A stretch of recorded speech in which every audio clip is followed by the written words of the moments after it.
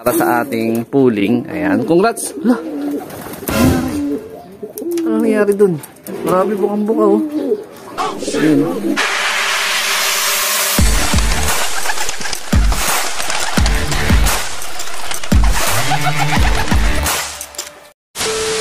Good day mga ka-EA, support na this video. So meron tayo ditong gagawin dahil yung mga binilad ko na buhangin natuyo na. Kalimitan kasi pagkahapon ulan dito sa lugar namin. So abangan na rin at the same time. Tarlac City tayo. So meron tayong training note. Ayan, so nasa 87 kilometers yun. Nagbitaw yung club namin 6:40 AM. So possible arrival bago mag alas 8. Dapat may ibon na tayo. Pauwian no last time na nagkaroon tayo ng training sa Tarlac, Kapas Tarlac, di natin naabangan yun kasi nga medyo late nag-release gawa ng makulimlim that time. Ngayon labaliktad. Ayan,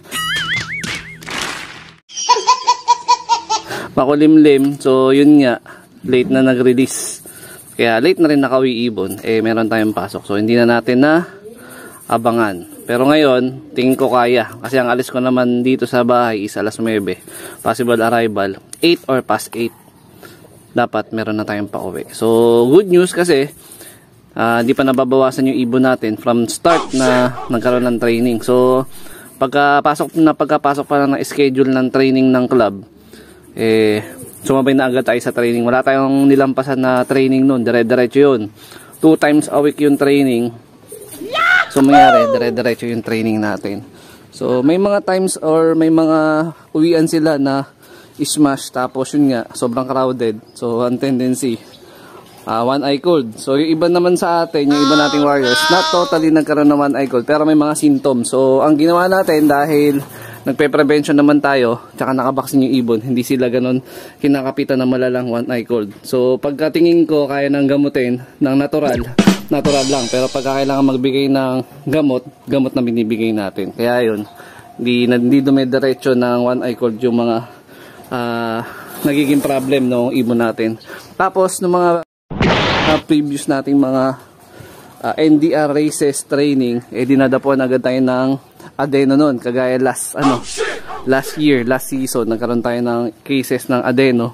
Yung mga warrior, hindi naman nagka-adeno, pero pagbalik nila dito, yung mga iba nating young bird dito na dapat panlipad tsaka pang stock na nahawa, sa kanila napunta yung pinaka-adeno. So nangyari, nagbago tayo ng sistema, tubig na may basahan na may halo na Sonrox. Kung hindi naman Sonrox, Domex. Tama po ba yun? So ito mga lapatids, habang nag-aabang tayo ng ibon, iba nating breeder dito, nagbibigay tayo ng grits. Ayan, kakatapos lang nila kumain. So ngayon, magbibigay naman tayo ng panghimagas nila, mga bato-bato dito sa breeder. Hindi ako lagi nagbibigay ng grits kasi minsan nananawa rin kasi yung mga warriors natin Pagkatingin ko kailangan na nila ng grits, kahit once a week nagbibigay tayo niyan. Yan. So meron tayo dito mga before na kinontent na available for out niya, yung mga Javier Leyte line natin. So baka ilatag na lang natin sa patrending bird. Tapos dito naman meron naman din tayo dito mga young birds. Ayan yung Alphonse Cross dito sa Biberman. Ito yung pairing ko dati na parent boat ni Hanzo, yung straight clock natin ng Quezon Tumatnog. So binalik ko yung pairing nila kasi nakikitaan ko na potential yung possible na anak nila kagaya ni si Hanzo. Medyo hindi lang talaga tayo pinalad last time nung sa south, di ba? Nung nagsimulan tumawid dagat ng fifth lap, hindi nakauwi si Hanzo nun. Pero itong Alphonse na to, meron siyang history na inanak sa atin na naging kalbayog finisher na natin, which is si Saber. Yeah. So ito is available for out natin yan.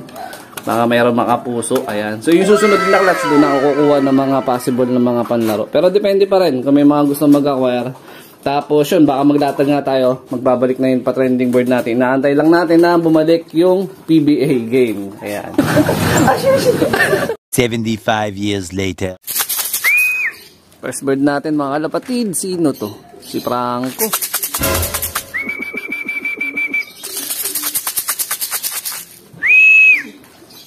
Franco, first bird. Ayan. Medyo late na yung uwi na ibon natin. May mga nagdadaanan na rin. Ayan. Pasok, pasok, pasok. Kulang pa tayo ng 3. Galing Tarlac. Ayan, Tarlac City. Si Franco ang first bird natin. Sok. Okay, 1. Sorry. Kulang pa ng 3. A few moments later. Yun mga kalapatid, second bird at third bird natin. Sino to? Laging lumulusot sa south to. Ito, si Lakas Tama. Galing na naman sa south, dito na naman tumumbok. Wait, pangalawang pagkakataon na yan. Eto, sino to? Ay, si White Top. So kulang natin si Japan Dagit. Ayan, White Top. Ayan, third bird natin, oh. Nakakarating lang. Anak to ni Japan Dagit. So, yung kulang natin, yung nanay niya, Japan Dagit. Ayun, oh. Nawiwirduhan ako sa lusot ng lipad lagi nito ni ni Lakas Tama, Talagang sadyang malakas talaga yung tama mo, Norte binibitawan, sa south ka lagi lumulusot. Ano nangyayari sa'yo? Ayun siya, oh. Hindi ito yung unang pagkakataon na ginawa niya yan sa atin, At ayun na nga, nalusutan na tayo ni Japan Dagit. Eto na siya, dumating na, naka-sticker pa. So, walang sawang subok sa puling. At walang sawang talo rin sa puling. Ayan, naka-sticker pa siya. Di na natin siya ikaklak. Ayan, so huling try lang ulit. Kasi nga, may chance na maabangan natin yung ibon ngayon. Kaya nung baka sakali lang tayo. Kaya lang sa kasamaang palad, yung pinili natin na in-expect natin na mabilis, siya pa yung pinakahuling dumating. Oh no, ano ba naman yan, Japan Dagit? Pero okay lang, masaya ako, tumuwi ka pa rin. Ayan, tamang enjoy lang. 50 bucks lang naman yung ating ang ating donation para sa ating pooling. Ayan, congrats. Hala, ano nangyari dun? Grabe, bukang-buka, Ayun, grabe. So, nag-donate na naman tayo, pero masaya ako kasi kompleto yung ibon natin. Galing Tarlac City. Ayan, 87 km air distance na yan. So, out of 4 tayo. Ayan, nagsimula dumating ibon natin around 8:05. Hanggang ngayon, 8:15. Ayan, tuloy-tuloy nang dumating yung ibon natin. So, marahil dito nga natatapusin yung video na to.